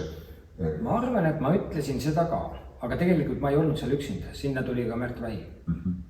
Ja ma ei mäleta, et kedagi rohkem oleks olnud. See oli niisugune esimene jutu ajamine peale seda nii-öelda diagnoosi saamist, mõni tund ainult pärast seda. Ja siis ma mäletan, kuidas Allan Laur ütles niimoodi, et ma tahan, et sa võtad üle koguduse, ma tahan, et sa võtad üle kiriku, ma tahan, et sa võtad üle ajakirja Valguse ja siis ta ütles, et ma tahaks Raadio 7 ja siis Rael tuli vahele ja ütles, et oot, et seda nüüd on natuke palju. Eks ole, ja see oli see jutu ajamine, ma mäletan, ma tulen sealt ära ja ma võtan kõne tolleaegsele siis peakaplanile Tõnis Nõmmikule ja ütlen, nüüd on niisugune lugu. Et selline, nad olid Allaniga head tuttavad Kanada aegadest. Et ma pean nüüd esitama lahkumisavalduse. Ta ütles, et ta mõistab seda olukorda, muidugi tal oli väga kahju. Ja ma tulin mõne kuu jooksul Kaitseväest ära. Sa tulid Tallinnasse. Nüüd sa astusid päris suurtesse kingadesse Allani. Kingad teatavasti olid päris suurejoonelised ja laiahaardelised ja Allani peale mõeldes, ta oli klass omaette mees. See diplomaatiline and temas ja kõik asjad, ta oli omaette mees. Ja kuidas sa tundsid ennast nendesse kingadesse astudes, kas sul oli heitlusi, võitlusi enese sees, et kas ma saan hakkama? Väljapoolt oli neid väljakutseid niikuinii hulganist, eks ole, kõik see juhtimise ülevõtmine, tegeleda kõigi nende teemadega, ennast kurssi viia, see nimestik on siin pikk, aga sisemised võitlused, et vau, ma seisan ühe ülesande ees, EKANK ka kõige suurem kogudus võtta üle, eks ole, kiriku juhtimine võtta üle, sa polnud kunagi seda teinud, see on isegi kiriku juhi nagu abi selles mõttes olnud, eks ole, et mida sa tundsid, Alo? Eks ma olin paras hull, kui ma täna tagasi vaatan, ma olin paras hull ja see on hea mõelda tagasi, et inimesed olid nagu nii armulikud. Ja väga suur osa selles oli Allanil, kes oli seda teed sillutanud ja ütelda, et Ago tuleb. Ja kõik nagu teadsid, et Ago tuleb ja ükskõik mida Ago teeb, siis see on õige, kuigi osadel võis olla nagu väga keeruline. Tallinna koguduse rahaline seis oli nagu äärmiselt huvitav. Koguduse annetused olid 100 000 Eesti krooni. Koguduse palgaeelarve oli 170 000. Sellele lisaks kõik rendid, üürid, iga jumalateenistus maksis 15 000 Eesti krooni, see on 1000 eurot renti. Tiksus miinuses. Pluss Mardi tänava kontori ülalpidamine ja kõik muud kulud veel sinna juurde sellised. Nii et me olime totaalses miinuses. Meil oli palgalehel kas 24 või 27 inimest. Sa pidid kohe hakkama raskeid otsuseid tegema. See oli nagu, ma olin nagu sattunud olukorda, milleks ma kindlasti ei olnud valmis. Ja õnneks ma sain ühe väga hea inimese kogudusest, kes mind aitas personali asjades, tegi mulle selgeks tööõiguse, nõustas mind, aitas ja mu esimene ülesanne oli põhimõtteliselt hakata inimesi koondama. Welcome to the minister. Ja see oli nagu keeruline, ma pidin selgeks saama, kuidas on koondamistasudega, mitu kuud, kui nad on töötanud mitu aastat, mitu kuud nad saavad koondamistasu, mitu kuud ette ma pean avalduse teatama, mul läksid mingid tähtajad üle, siis inimesed ütlesid, ei, me ei lähegi ära üldse ennem, et nüüd hakkab uuesti seda ringi peale. Ja need olid inimesed, keda sa tundsid väga hästi, kes olid su sõbrad, isegi kellega sa koos olid kasvanud vaimulikult, neid otsuseid ei olnud üldse lihtne teha. Aga ma nagu nägin, et mu ülesande on see kogudus nagu tagada selle jätkusuutlikkus ja elujõulisus, et mul ei olnud teist varianti. Ja paratamatult, kui uus juht tuleb ühte organisatsiooni, siis see intiimsem abiliste, assistentide, abijuhtide ring ka tihti muutub, sest et sinul on inimesed, keda Jumal on sinu ellu toonud või toob ja sa pead ka tajuma, et see on inimene, kellega sa saad koostööd teha. Nii et see paratamatult pani selle paadi vägagi kõikuma. Pani kõikuma, samas näiteks ma võtsin, sa küsisid ennem ka, eks ole, et mis olid need ebakindlad kohad. Ma tõesti tundsin mitmes kohas ennast äärmiselt ebakindlalt ja ma mäletan, kuidas ma võtsin ja hoidsin nagu enda ligi või vähemalt rääkisin üksjagu palju asju Raeliga, kes oli siis Allani abikaasa. Palusin tal tulla juhatusse, nii et oli juhatuse liige. aastaid aitas ja selles suhtes nagu minu põhimõte üldiselt on olnud nii palju jätkata kõigi nende inimestega, kellega vähegi saab. Et selles mõttes mul ei olnud mingit uut inimest sisse tuua, aga selge on see, et mingid jõujooned muutusid. See on natuke paratamatu. Aga teiselt poolt, ütleme see pastorite meeskond ikkagi alguses oli nagu sama ja siis hiljem tõesti tulid muutused.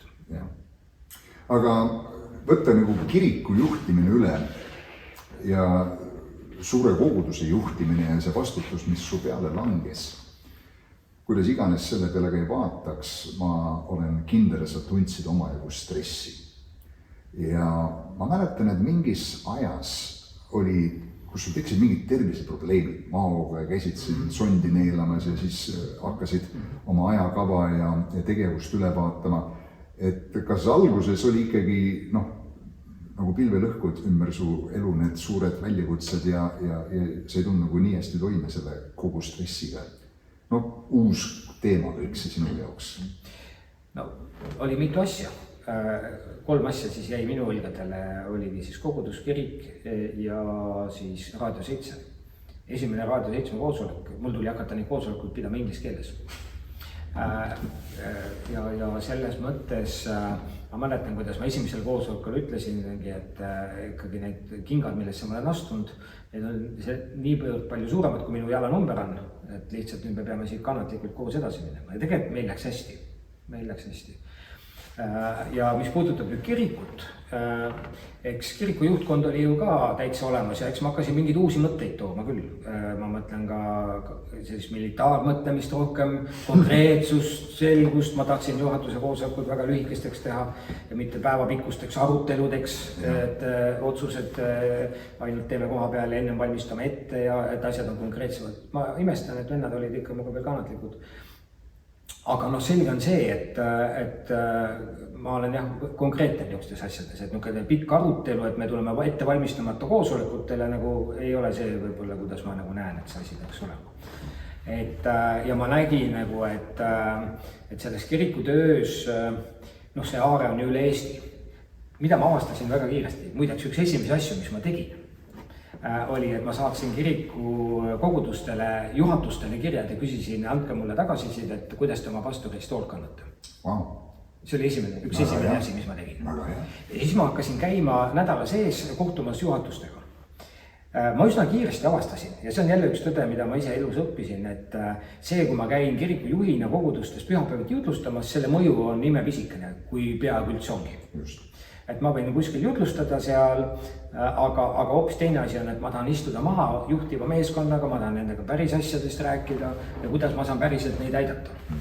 Nii et ma tegin üle Eesti ühe ringi vähemalt peale ja osaliselt ka veel teise ja selles mõttes püüdsin just nimelt väärtustada neid sisulisi kohtumisi, mitte pühapäevaseid käimisi. Kuigi ma käisin ikkagi kord kuus olin alati kuskil koguduses, et see oli nagu ka tava. Aga ikkagi tervise peale sul vahepeal see kogu nagu rütm ja see uus selline surve, mis su peal oli, hakkas nõnda, et sa pidid oma ajakava üle vaatama ja kuidas sa asjade peale üldse vaatad. Siis ma mäletan, et sa tegelesid selle teemaga mingi aeg. See võttis aega, kuskil 5-6 aastat ja ma arvan, et selle aega ma põlesin läbi. Ja siis lõi see välja. Ja siis see lõi välja ja ma tegelikult mäletan, et meil oli meie kiriku 20. aastapäev ja meil oli siin üks Kanada meie rajaja organisatsiooni missioonijuht. Ja siis me istusime koos Märdi ja Hariga Olümpiahotelli kohvikus ja pikalt pool päeva rääkisime. EKNK nüüd ja edasi. Ja ma mäletan, et ma tunnistasin, et ma olen läbi põlenud. Wow. Ja seal olid erinevad põhjused, miks ma seda tundsin. Ja selles mõtmes, ma olen ikkagi selline inimene, kes tahab midagi ära teha. Aga esiteks, mul midagi imestab. Terve kiriku juhtimine on juba omaette amet ühel inimesel, eks ole. Koguduse juhtimine omaette amet ühel inimesel ja võib-olla see Raadio 7 asi ka, kui mitte täisamet, siis poolamet, eks ole, see tegi 2,5 ametit. Ja ma jõudsin niisugusesse kohta, kus ma nagu vajasin mingisugust muutust ja tervisega ma jõudsin sinnamaani, et ma ei saanud enam nii jätkata, sõna otseses mõttes. Pikk jutt lühikeseks mind uuriti pealaest jalad allani välja ja mitte midagi ei leitud. Vaata, ikka juba kahtlustatakse tänapäeval iga asja puhul, et kas on vähk või... Ja tuumur kuskil või midagi. Midagi ei olnud, aga selgus, et mul ei ole füüsilist koormust. Ja siis ma hakkasin jooksmas käima. Ma mäletan seda. Ja, nii et nüüd juba 15 aastat sisuliselt ma olen peaaegu käinud jooksmas. Wow. Aga sellel ajal, kui sa, Ago, nüüd Tallinnas Toompea koguduse peal oli, tollal siis oli see lihtsalt EKNK, Tallinna kogudus ja siis kiriku juht. Väga palju asju sai ju tegelikult ära tehtud. Ma mõtlen, mida mina siit väljaspoolt vaadatuna oskan ette lugeda, kas või esiteks seesama Toompea 3 koguduse hoone või kiriku keskus. Tohutu ettevõtmine, osta ära üks hoone, hakata seda ümber ehitama, seda projekti juhtida, ülivõimas, eks ole, asi. Tõeline saavutus, tõeline asi. Siis no muidugi sa pidid koguduse läbi viima sellest ajast, kus nüüd eelne juht on lahkunud, särav karismaatiline isiksus ja nüüd juhtima seda kogudust edasi, eks ole, ja Mooses on surnud, nüüd Joosua, sina nii edasi murabas, eks ole. Ja see on suur teema iseenesest. No seesama Raadio 7 töö, sa käisid ju mööda Eestimaal, ma mäletan, sa tulid meie piirkonna koosolekule, jagasid seal ja nii edasi, nii edasi. Nii et päris palju asju sai tehtud. Hiljem sa rajasid EKNK piiblikooli, eks ole, uuesti. Minus selle käima saamine on tõeline suur ime, midagi lükata käima. Next Step oli, mida sa lüksid käima, mis käivad siiamaani. Nii et see aeg oli tegelikult väga viljakas aeg. Kaua sa olid kirikujuht üldse? Ma ei olnud üldse liiga palju. Liiga palju? Kui hästi täpne olla, siis äkki ma olin 11 aastat ja 6 kuud. Okay. Suures pildis 12 aastat, niimoodi kui aasta arvude järgi vaadata. Aga kui kuude kaupa vaadata, siis natuke alla. Ja Toompea koguduses ma olin 15 aastat.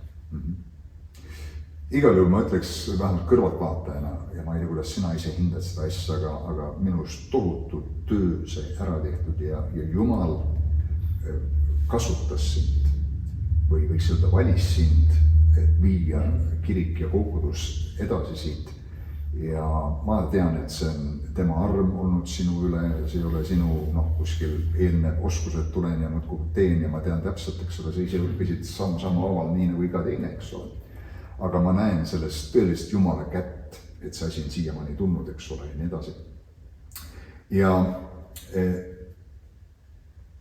me usume seda, et Jumala kutsumisega, kui me Jumala kutset järgime, käib kaasas üks Jumala võidmine, mis võimendab sind tegema midagi, mida sa tegelikult ise ei oska teha. Kas sa tundsid seda ka, kui sa kiriku juhiks said ja Toompea koguduse üle võtsid, et vau, ma lihtsalt ütlen nii palju veel, et kui mina võtsin üle selle Pärnu koguduse ja Eino oli läinud, ma olin muidugi ka ju eelnevalt jutustanud näiteks ja nii edasi, eks ole. Aga ega ma siin väga tihedalt ka iga nädal ma ei suutnud nagu jutlus kokku panna, ma lihtsalt ei olnud materjali. Aga siis, kui see pastori amet nagu mulle anti, mitte midagi rohkem vahepeal ei muutunud, ma ei käinud kuskil koolis ega kuulan mingit, ma ei tea, mis materjale, aga ühtäkki ma leidsin ennast võimeline olevat jutlustama nii palju kui vaja oli, õpetama, rääkima. Äkitselt ideed hakkasid voolama, lihtsalt selline juhtimine tuli mulle, ma tajusin ühte taevalikku võimendust endale. Kas sa tajusid midagi sarnast? Ma arvan, et ma olen seda tajunud, jah, mingitel hetkedel. Et võib-olla kogu aeg ei ole aega üldse sellele mõelda, sest et lihtsalt asi liigub teie hooga ja sa lihtsalt oled selle keskel ja sees. Tagant järgi vaadates imestad võib-olla mõne asja üle, et see sai niimoodi tehtud. Aga ma kindlasti tahan öelda, et hästi suur roll kõigis asjades, mis mina üldse olen teinud, on ikkagi tänu mingitele inimestele, kes on nagu minu kõrval nagu olnud. Mina näiteks ütlen alati oma abikaasa kohta, kellega me oleme nüüd üle 30 aasta abielus olnud, et meie abielu saladus on see, et mu naine Maire on mind välja kannatanud. Et see on juba omaette saavutus. Et ma olen suht intensiivne inimene, kui ma kuskil olen, siis ma sinna panustan, siis ma panen sinna kogu oma armastuse, ma panen kogu oma energia sinna. ja selles mõttes siis ma väga ei jaota ennast ja ikkagi selles mõttes ka need ajad kirikus ma nagu panustasin täie energia sinna. Et ma nagu väga ei jooksnud ringi mööda Eestimaad, et kus ma saaks jutlustada või saaks tähelepanu või midagi. Et see ei ole minu mõte üldse. Võib-olla minu nagu selline võib-olla põhipassion isegi on koguduse ehitamine. Et Jeesus ütles, et ma ehitan oma koguduse. Ja see on see, mis nagu mind vaimustab. Et igasuguseid üritusi võib teha ja asju igasuguste nimedega nimetada, aga ma nagu näen, et Jeesus on andnud ikkagi meile koguduse ja kogudusest nagu tuleb kõik see, mida Jumal selles maailmas tahab teha. Eks ole, ja selles mõttes privileeg nagu kogudust ehitada, varustada inimesi, julgustada neid, võtma järgmisi samme oma elus ja nii edasi, see on see, mis mind vaimustab. Ja nüüd vaata, 11 aastat kerime edasi, kirikujuhina sa oled tegutsenud, toonud selle kirikute paika, 15 aastat siis EKNK Tallinna koguduse pastorina, nii on siis Toompea kogudus, eks ole. Sa oled nagu oma laineharjal, võiksid lõigata nagu loorberid natuke või võtta nagu lihtsamalt, et need süsteemid töötavad, sul on juhid, märgid, eks ole, et mees naudi oma elu natukene. Ja ühtäkki Jumal nagu vahetab uuesti käiku selles kutsumises ja sa liigud tagasi Kaitseväesse. Ja nüüd selle suunaga, et saada seal siis peakaplaniks, alguses vanemkaplaniks on ju. Et mida inimesed arvasid, kui sa selle ideega nüüd lagedale tulid, kogudus, need lähedased inimesed, mida su abikaasa arvas, mida sa ise tundsid, kas sa tead ju oma kutsumist, eks ole, sa oled tõesti see Kaitseväe teema on olnud sinu teema, aga nüüd sa oled saba ja karbadega kirikus ja nüüd äkitselt 180 kraadi jälle pööre. Kuidas sa seda selgitad? Eks oligi keeruline. Oli ikkagi inimesi, kes tulid ja küsisid, et mis nagu toimub. Absoluutselt. Mis toimub? Mis juhtus? Läksid tülli teiega või? Mis toimus? Et selles mõttes ega ma eelnevalt varasematel aegadel nagu ei osanud mõelda ka, et ma sellise nagu sammu või pöörde teen, eks ole, aga teiselt poolt, ma ei saa salata, et Kaitseväe teemad on mulle nagu alati olnud südamelähedased, isegi see aeg, kui ma olin ju kirikutöös, ma käisin õppekogunemistel. Mul oli reservametikoht ja selles mõttes ma olen Kaitseväest tulnud ennast nagu kala vees. Et isegi kui sa olid pastori ja kirikujuht, sa läksid aeg-ajalt ju sinna õppustele või mis iganes ja sa tundsid kohe, et see on see minu element. Et seda võib-olla natuke isegi halb öelda või see kõlab nagu halvasti, aga ma Kaitseväest tunnen ennast rohkem kodus kui kirikus. Huvitav.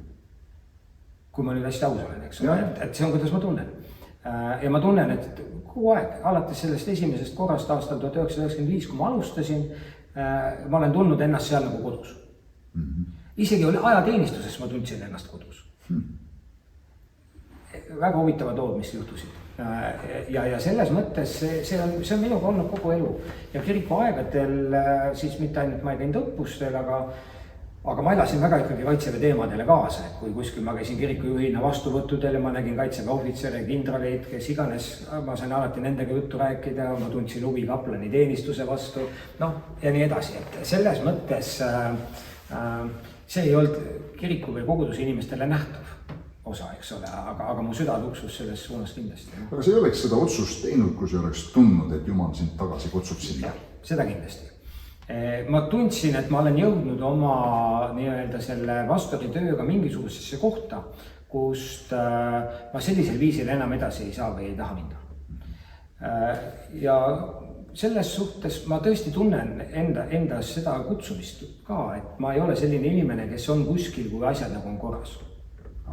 Ja ma pigem kaotan huvi ära või ütleme niimoodi, et mul kui te tahate seda alal hoida ja arendada ei taha, siis ma pigem ei osale selles, et siis ma osalen kuskil, kus ma saan midagi edasi viia või arendada. Ja ma nagu olin selle sinnamaani viinud, kiriku ma olin teatud maani viinud, ma tundsin, et mul ei ole enam midagi anda. Ja ma nii palju olen aus enda vastu, et kui ma seda tunnen, siis ma enam kohta kinni ei hoia, siis ma olen läinud. Ja see võib inimestele segadust tekitada ja ma täiesti mõistan seda.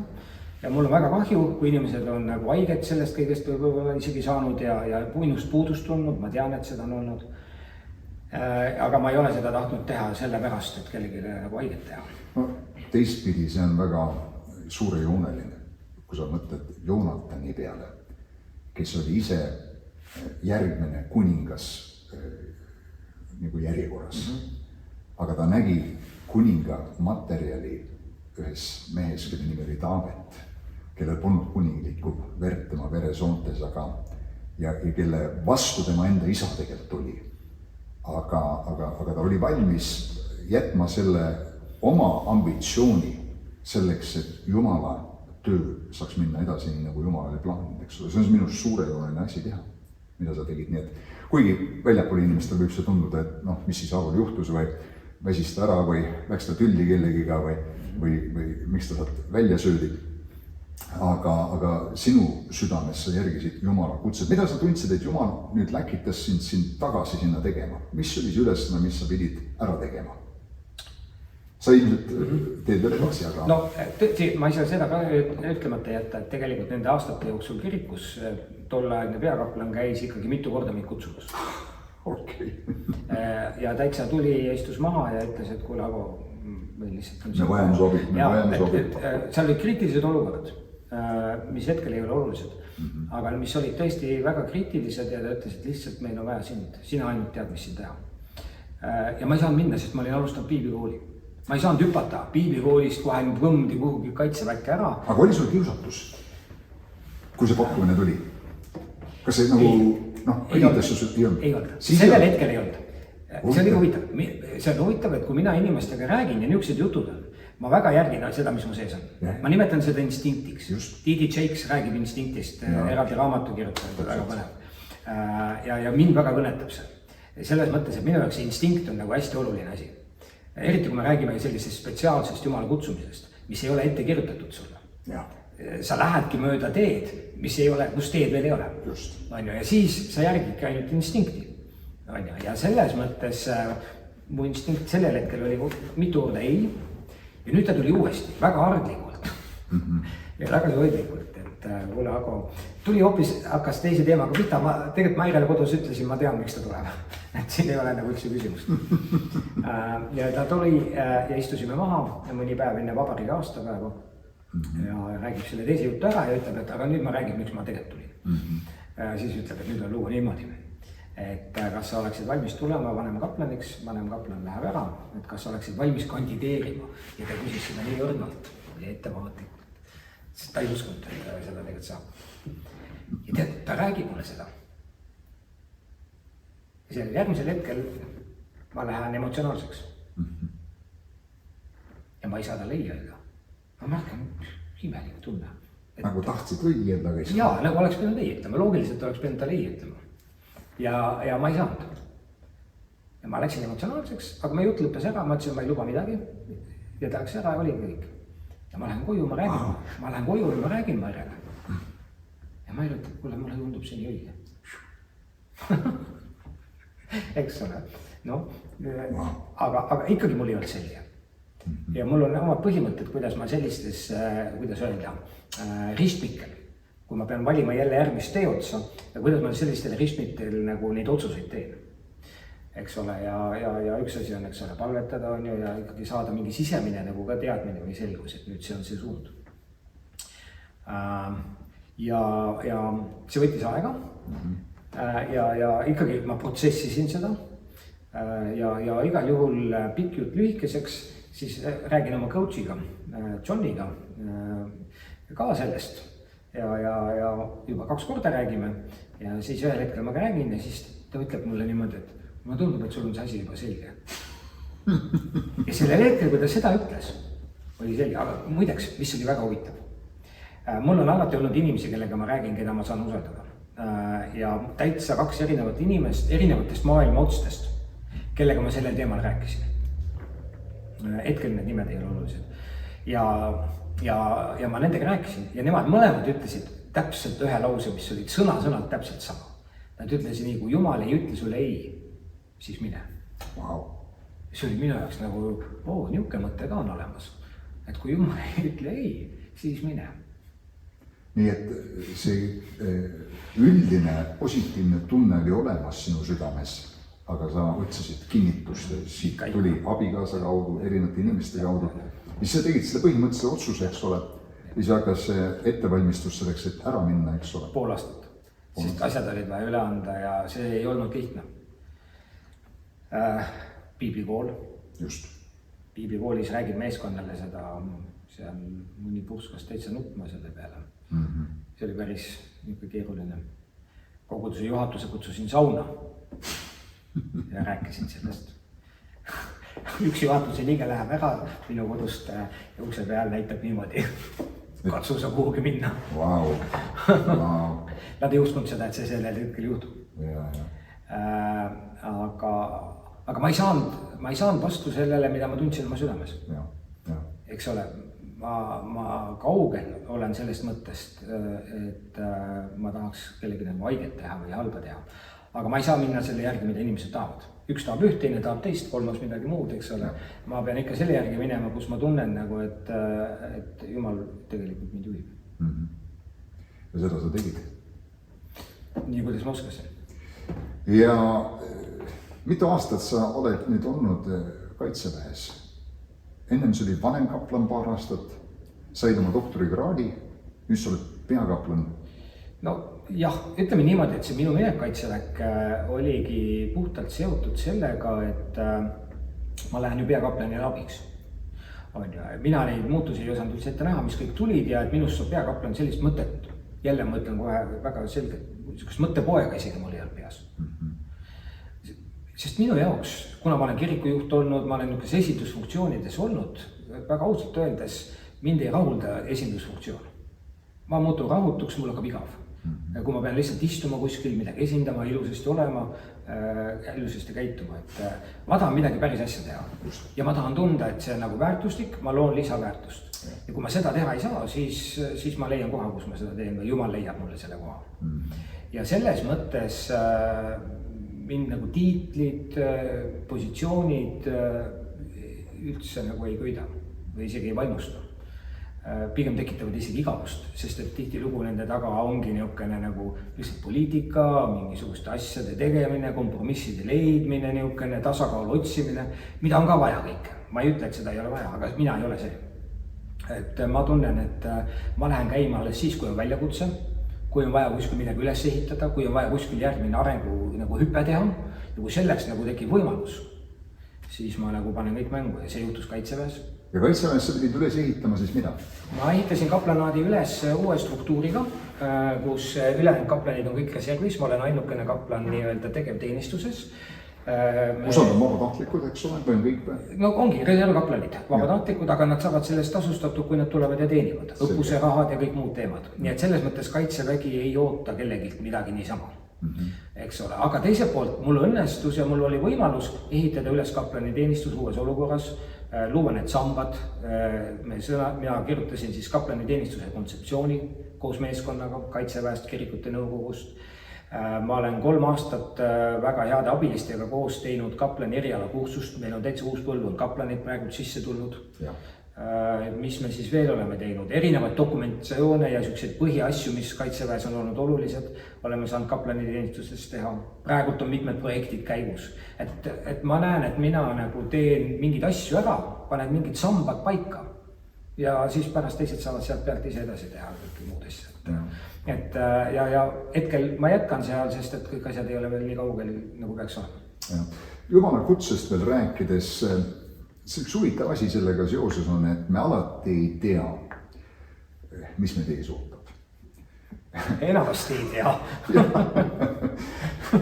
Piibel ütleb, et inimene kavandab oma teed, aga Jehova juhib tema samme. Ehk et sa pead mingid samme tegema hakkama, et asjad selgineksid, vastasel juhul see ei saagi midagi selgeks. Aga hämmastaval kombel hilises faasis nüüd on jällegi üks selline muutus toimunud sinu vaimulikus teenimises ja suunas, et sind on õnnistatud Eelimi koguduse pastoriks siin Tallinnas ja selles koguduse ruumides me hetkel oleme, eks ole. No kuidas nüüd selline muutus jälle või nihe? jälle üks kurv, ütleme siis nii, jah. Jälle üks kurv, jah, et sa siia. Vähemalt need kurvid on sulle juba teada, aga noh, nii-öelda sa ei tea, millal see järgmine kurv tuleb, aga et siuke kurv see tuleb ja sinnapoole see lõpuks läheb, et nüüd sa teile siin vaimulikus töös pastorina. Täitsa inimlikult rääkides, tegelikult üks minu niisuguseid iseloomuomadusi on, et mulle kõige suurem ideaal isegi piiblist on mõnes mõttes apostel Paulus. Ja just selles plaanis, et Paulus oma teenistamistöös nagu pidevalt liikus ühest kohast teise. See on apostli teenistus oma pära. Ja ta midagi tegi ühes kohas ära, jättis selle asja sinna, see hakkas sealt edasi toimetama, jättis sinna mõned juhid, koguduse vanemad ja ise liikus edasi järgmisesse kohta. Ja kui mina oma elus saaks, siis mina koliks iga 2 kuu tagant. Wow. Aga mul on niisugune naine, kes tahab elada eluaega ühes kohas. Tänu sellele ma üldse olen Eestis. Muidu ma ei tea, kus ma üldse otsaga oleks. Aga kuna ma olen Eestis, siis Eesti on nii väike nagu ta on. Tänu jumalale Maire eest. Ja selles mõttes siin selles keskkonnas siis ma tänan Jumalat tõesti Maire eest, et on minuga olnud nõus liikuma nagu ühest kohast teise. Aga see on kübeke sellest, mis sa muidu oleks teinud. See on kübeke sellest, muidu ma oleks pöörane ja ma ei tea, kuhu ma üldse oleks oma eluga nagu välja põrutanud. Alustanud kogu saab Tartikas. Kes teab mis. Aga idee just nimelt sellest, et ma nagu näen, et Jumal tegelikult kasutab meid ja mind seal hulgas nagu lähtumalt sellest, kes me oleme, milliseks ta meid on loonud ja tal on mingi eesmärk sellega. Ja selles suhtes ka nüüd siia Eelimisse tulek muidugi sellel on ka oma taust, eks ole, selles võtmes, et kui ma olin kõik need asjad kirikus ja koguduses üle andnud, pärast seda ma natuke jäin nagu niimoodi kuskile õhku. Ma ei teadnud täpselt, kus mu koht on ja kuskil ei tekkinud seda kohta ka. Nii et mitmed aastad me ikkagi olime nagu selles mõttes ilma koguduseta ja kui siis pastor Oolius selle aasta kevadel Mairele helistas, ütles, kuule, mul on kohe Agot vaja, et mul ei ole ta telefoni, ma ei saa teda kätte, et viimane kord, kui me rääkisime, siis Ago lubas, et ta aitab mind, kui vaja on. Ja mul on niisugune komme, kui ma inimestega räägin, et kui midagi vaja on, võtta ühendust alati. Ja talle ise meelde. Ja talle ise meelde ja tõenäoliselt see niimoodi oli. Eks ma käisin Ooliust vaatamas siin. Aga me kohtusime nii-öelda jumalateenistuse väliselt ja rääkisime juttu ja mingid teemad olid. Ja ma käisin vaatamas siin Eelimis ka eelmist pastorit Endel Hansonit, kui ta siin hakkas taastama kõike tegi ja mitmed korrad käisin külas. Et lihtsalt tundsin huvi. Ja siis Oolius siis tundis nagu huvi või vajadust, et saada kokku minuga, et kohe on vaja. No ja siis me saimegi kokku. Ja siis ta rääkis selle kõik ära ja ütles, et nüüd on lugu nii, et ma tunnen, et minu aeg on täis, ma siit enam edasi ei lähe. Ja ma olen otsinud ja me oleme kogudusega palvetanud, et kes võiks tulla siia koguduse karjaseks. Ja jällegi selles mõttes omaette huvitav protsess minu jaoks, sest et noh, kõik see, mis ma olen eelnevalt teinud, mis ma praegult teen ka nii-öelda kaitseväe suunal, et kuidas see kõik nagu kokku jookseb. Et see minu jaoks tundus nagu ikkagi väga võimatu. Ja selle aasta alguses ma olin palvetanud, ega need aastad ei olnud lihtsad. Need olid üsna keerulised ja ma olin palvetanud ja ma olin nagu Jumala ees öelnud, et kõik need inimesed, kelle suhtes ma tunnen, et nad on minuga ebaõiglased olnud ja nii edasi, ma annan andeks. Nimeliselt hakkasin lihtsalt niimoodi nagu andestama oma südames, ilma et ma midagi tunneks või oleks tundnud üldse. Aga ma tegin selle otsuse, punkt, aitab, mis iganes, ma nii ei taha elada. Ma ei saanud lihtsalt enam aru, mis täpselt toimub üldse. Ja minu elus ja mis siin üldse toimub, üsna segane aeg. Ja siis ma mäletan, et ma ütlesin Jumalale, et pane mind sinna või ma olen valmis olema seal, kus ma olen sulle kõige kasulik. Mina ei tea, kus see koht on. Mina lihtsalt enam ei saa aru, kus see koht on. Ja seda palvet paludes siin mõnda aega, siis see kõne tuli, siis see kutse tuli. Kuidas sa alguses tundsid seda suhtes, kui seda pakkumine tuli? No ma nägin seda pühakoda siin. Kui armas aeg, siukse potentsiaaliga, Tallinna kesklinnas, et armas aeg, et siin on ju niisugused võimalused, mida saaks kasutada. See arengupotentsiaal innustas siit. Ja ma näen kindlasti siin seda potentsiaali, jah. Aga see ei sündinud ka niimoodi kohe, sest et ma sain ju väga hästi aru, et kui ikkagi Nelipühi kirik piiskop Alur ei õnnista mind ja ei anna nagu sellist heakskiitu, ega ma siis ei saa tulla. Ma ei näe, et see on nagu õige, ma ei näe, et see on nagu, kuidas see asi peaks olema. Ja siis, kui mul oli esimene kohtumine temaga, siis ta ütles, et mulle üldse ei meeldi see mõte. Arusaadav. Sellega enam-vähem see kohtumine lõppes. Nii et ma juba sain aru, et vist jääb ära. Vist ei tule, kuigi Maire kodus jällegi selle vastu oli pigem nagu avatud. Ütles, et see võib olla üks võimalus meie jaoks. Jumal töötab viisidel, mis ma alati ette ei näe. No täpselt, just. Ja siis igal juhul pikk jutt jälle lühikeseks, mitmed kohtumised Nelipühi kiriku juhatusega, siin Eelimi juhatus, Nelipühi kiriku juhatuse vennad olid siin. Ja pikk protsess või tähendab protsessi õhki nii pikk, aga mulle alguses võimatuna tundub protsess ja palves ma ikkagi Jumalale nagu ütlesin, et Jumal, kui sina teed siit labürindist nüüd tee läbi, siis see on minule nagu märk sellest, et see on nüüd sinu plaan. Et siis ma olen nagu õiges suunas. Ja Jumal tegi selle ja siin ma olen. 7. juunil õnnistati mind ja Mairet siia koguduse peale ja siin me nüüd teenime. Väga armas kogudus, armsad inimesed, oleme õppinud neid tundma ja ma usun, et siin Eelimis on palju häid aega ees. Aga mis su visioon täna on tuleviku suunas? Siin on 2 asja olnud sinu taldrikul Jumala kutsumisest rääkides. Kaitsevägi ja kristlik kogudus on või kirik siis. Et täna sa oled jälle, siis otsapidi kirikus, selles mõttes sa oled niikuinii olnud, aga nüüd konkreetse teenimise peal. Mida sa näed ennast siin tegevat? Mis on see põhjus, miks Jumal sind sinu arust siia läkitas? Eelmine pastor Oolju Staling on teinud tegelikult siin nagu väga head tööd. Ta on viinud selle kiriku taastamise sisuliselt lõpuni. Võib-olla asju, mida saab veel siin teha, aga ütleme suures pildis see on nagu tehtud. Mina ei ole hooneehitaja tüüp, ma olen inimeste ehitaja. Ühe sa ehitasid küll, aga... aga mina ei teinud seda, tegid teised inimesed. Ja selles suhtes ma nagu näen. Teiseks, ma näen, et need annid, mida Jumal on andnud pastor Ooljusele, need on ka väga unikaalsed annid. Eestimaal ei ole palju inimesi, kellel oleks sellised annid palvetada võimatute haiguste ja olukorda eest. Ja päriselt nagu toimub muutus. Mitte lihtsalt, et me nagu usume ja tahame, et midagi absoluutselt. Ja ma näen nagu, et need annid, mis minul on, need esiteks täiendavad Ooljust. Ooljus jätkab siin koguduses edasi. Me töötame koos. Et me täiendame teineteist. Me oleme üsna erinevad. Ja selles võtmes ma näen, et see on nagu oluline. Ma näen, et see on koguduse jaoks hea. Aga mida ma nagu näen suuremas pildis muidugi ja ma mainisin juba ikkagi, et see koguduse ehitamise mõte kui niisugune. Et ehitada seda kogukonda, ehitada neid inimesi, julgustada neid, aidata nendel oma andidest teadlikuks saada, astuda mingitesse hollidesse ja nii-öelda hakata kasvama. Ja nagu Jeesuski ütles, et mina valisin teid, mitte teie mind, et te kannaksite vilja. Et mina näen enda põhirollina aidata inimesi, võimestada neid nende teenimises ja selle kaudu ehitada seda kogu tervikut ja jõuda ikkagi inimesteni siin linnas. Muidugi, kui mul õnnestuks siin Eelimis ajakiri Valgust taastada, wow, see oleks tähendusrikas. Ma kätt ette ei paneks, sest et see on ikkagi Eelimi ajakiri olnud. Tõsi.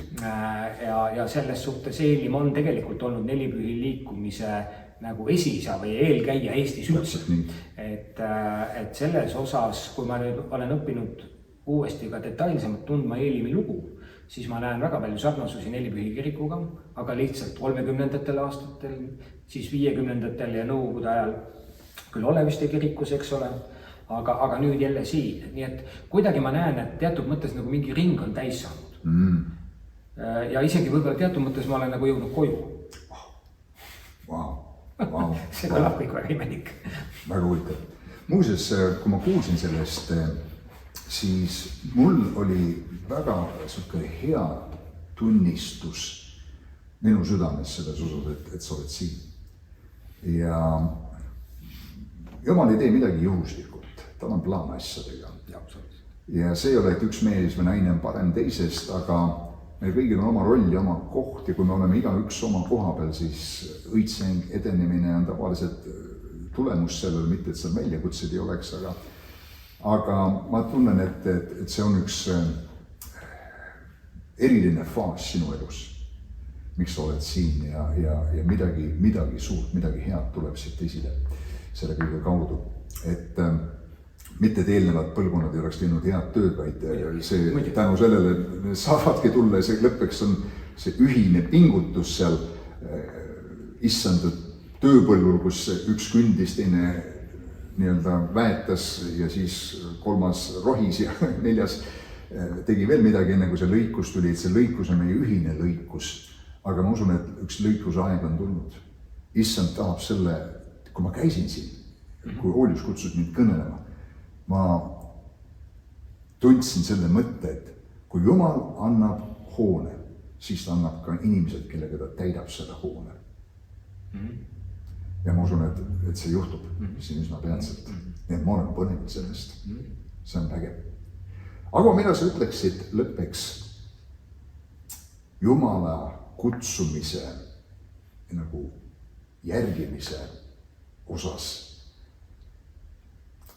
Et miks inimene peaks järgima Jumala kutset? Mis see talle annab? Mis on see tasu? Mis on see kasu? Ma usun, et me kõik inimestena oleme loodud sellise igatsusega teha midagi, mis on tähenduslik. Midagi, mis on rahuldust pakkuv.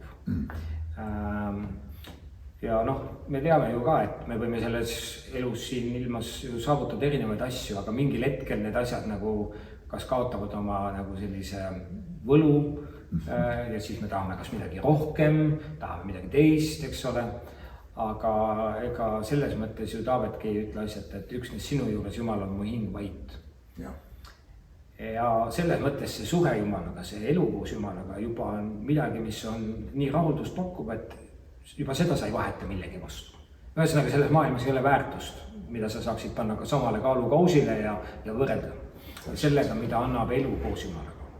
Jumala kutse on nüüd selle elu nagu järgmine samm või aste või level, ütleme nii. Ja selles suhtes mina näen, et see Jumala kutse on tegelikult ka üks vastutus.